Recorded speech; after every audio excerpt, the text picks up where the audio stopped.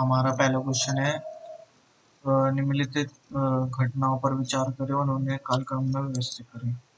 तो पहला इसमें से सबसे पहले जो क्षेत्रीय ग्रामीण बैंक की स्थापना हुई थी, फिर उसके बाद नाबार्ड की स्थापना हुई थी, फिर स्वयं सहायता समूह बैंक लिंक क्रम की स्थापना की गई थी और उस लास्ट में हुई थी किसान क्रेडिट कार्ड योजना। तो इसका आंसर क्या हो जाएगा?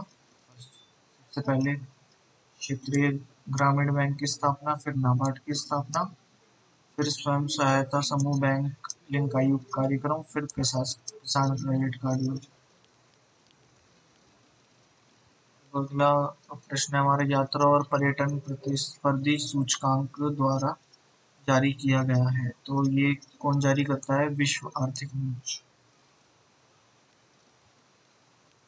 अगला क्वेश्चन है, मानव विकास रिपोर्ट 1997 में मानव गरीबी सूचकांक की अवधारणा पेश की गई, लेकिन मानव विकास रिपोर्ट ने इसे वर्ष में बहुआयामी गरीबी सूचकांक के साथ बदल दिया। तो इस ये कौन से सन में हुआ था? ये हुआ था 2010 में। अगला प्रश्न है, निम्नलिखित में से किसने मानव विकास की अवधारणा दी है? तो मानव विकास की अवधारणा महबूब उल हक ने दी है। अगला क्वेश्चन है, इंडेक्सेशन एक ऐसी विधि है जिसका उपयोग निम्नलिखित में से एक के साथ जोड़ा जा सकता है। तो उसका आंसर क्या होगा? मजदूरी मुआवजा तय करने के साथ उसको जोड़ा जा सकता है।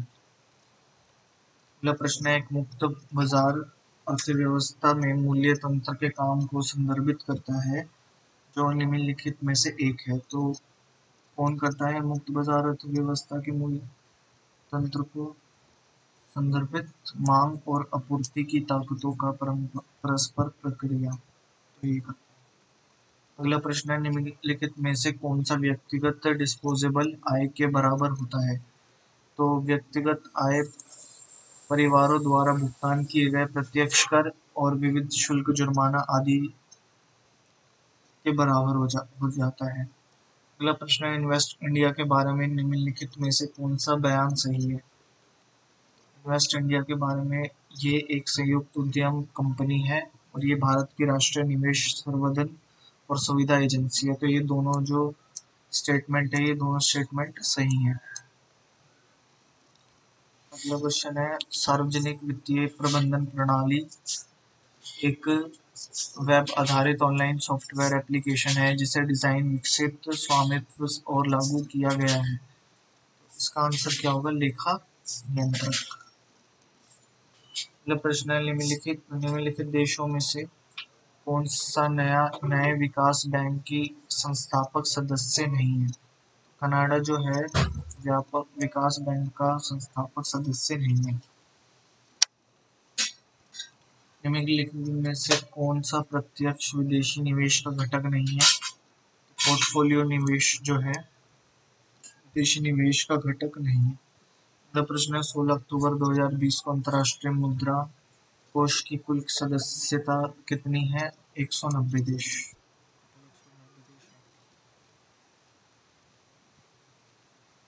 और इनमें से कौन सी संस्था है भारत में रेपो रेट और रिवर्स रेपो रेट तय करती है? तो भारतीय रिजर्व बैंक जो है भारत में रेपो रेट और रिवर्स रेपो रेट तय करती है। वह जीएसटी काउंसिल द्वारा लॉटरी पुरस्कारों के लिए तय की गई एक समान जीएसटी दर कौन सी है? तो एक समान जीएसटी दर है 28%। आपका 28% जीएसटी लगेगा।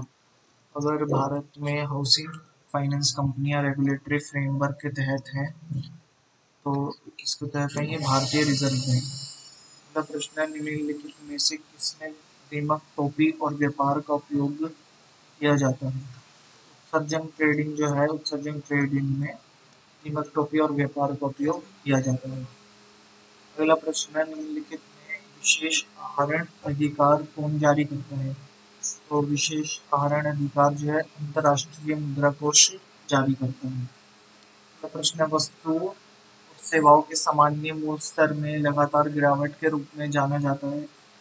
क्या अपस्फीति जो है वस्तुओं और सेवाओं के सामान्य मूल्य स्तर के में लगातार गिरावट के रूप में जाना जाता है? भुगतान बैंकों को अनुमति नहीं है, तो एडवांस लोन जो है वो भुगतान बैंकों को अनुमति। सॉफ्टवेयर और व्यापार प्रक्रिया आउटसोर्सिंग उद्योगों का सबसे बड़ा केंद्र उत्तर प्रदेश में स्थापित है, जिसमें निम्नलिखित शहरों में कौन सा है? नोएडा। सॉफ्टवेयर और व्यापार प्रक्रिया में संभावना का मतलब होता है मौजूदा ग्राहक, और केवाईसी का मतलब होता है अपने ग्राहकों को जानना, नो योर कस्टमर। और अगला प्रश्न है, सामूहिक धारणाओं और छापों लोगों को एक संगठन के बारे में गठन किया है, उसके उत्पादों और या अपनी सेवाओं किसके रूप में जाना जाता है? ब्रांड छवि के रूप में उसको जाना जाता है। अच्छी ग्राहक सेवा का एक विस्तारित हाथ है सेवा विपणन।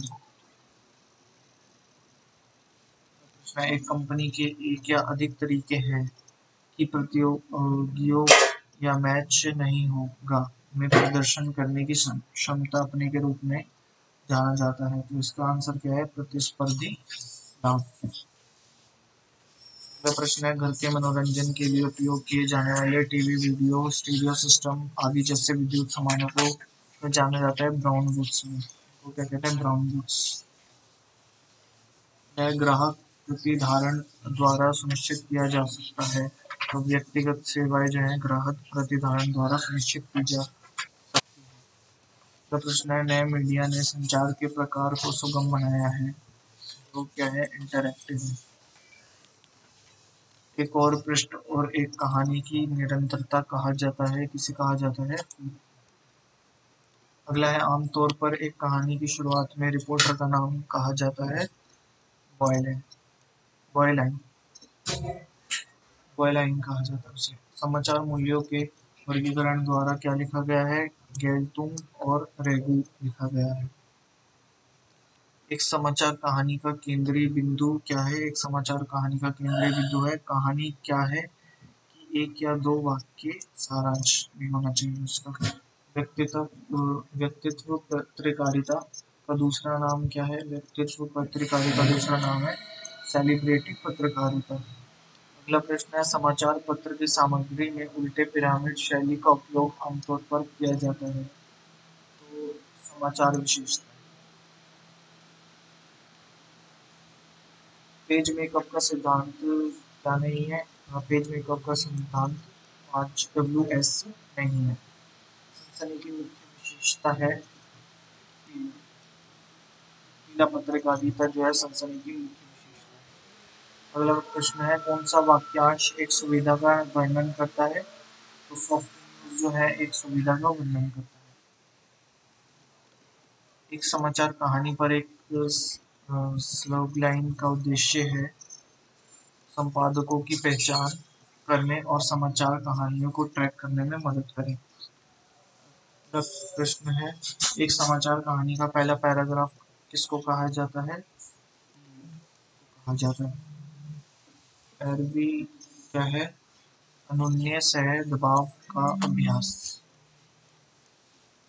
प्रश्न है, प्रभावी मीडिया संबंधों के लिए यह आवश्यक है कि जनसंपर्क विभाग होना चाहिए। तो उसका आंसर क्या होगा? सक्रिय। प्रभावी मीडिया संबंधों के लिए आवश्यक है कि जनसंपर्क विभाग होना चाहिए, सक्रिय होना चाहिए। अगला प्रश्न है, एक निश्चित दृश्य को स्वीकार करने या किसी विशिष्ट कार्रवाई को मनाने का प्रयास करने के लिए क्या किया जाता है? प्रचार किया जाता है। अगला प्रश्न है, एक संगठन के आंतरिक जनता के लिए काफी हद तक संबोधित आवधिक प्रकाशन के रूप में क्या कहा जाता है? हाउस जनरल कहा जाता है। एक संगठन के आंतरिक जनता के लिए काफी हद तक संबोधित आवधिक प्रकाशन को। अगला प्रश्न है, मॉडल जो जानकारी का प्रसार करने के लिए प्रेस विज्ञप्ति और अन्य एक तरह से संचार तकनीकी को उपयोग करता है, उसको क्या कहते हैं हम लोग? सूचना मॉडल। यह प्रश्न है, एक खबर में संतुलन का क्या मतलब है? एक खबर में संतुलन का मतलब है संभव के रूप में, असफल के रूप में, एक मुद्दे के सभी पक्षों को कवर। पत्रकारों को किसी विशिष्ट क्षेत्र पर विशिष्ट ज्ञान प्रदान करने के लिए आयोजित की जाने वाली बैठक के रूप में जाना जाता है। किसको जाना जाता है? प्रेस ब्रीफिंग को जाना जाता है। उसने जनसंपर्क में आचार संहिता मूल रूप से इसके रूप में जाना जाता है, इसको एथेंस एथेंस का के कोड के रूप में जाना जाता है। जनसंपर्क में आचार संहिता मूल रूप न्याय पोस्टर्स 1993 के अनुसार आधुनिक जनसंपर्क व्यवसाय के प्रति चार वफादारी हैं, तो वो कौन कौन सी है? स्व संगठन, व्यवसाय और समाज। स्व संगठन, व्यवसाय। अगला प्रश्न है, जनसंपर्क के चार मॉडल एक संगठन और उसके हितधारकों के बीच संचार के विभिन्न रूपों का वर्णन द्वारा विकसित किए गए थे, तो इसका आंसर क्या होगा? जेम्स ग्रुइन और टॉड हंट। एक प्रश्न है, अखबार पर हावी होने वाली विज्ञापनों को दबाए और उनका स्थान और आकार तय नहीं किया जाता है, तो इसका आंसर क्या होगा? विज्ञापन प्रतिशत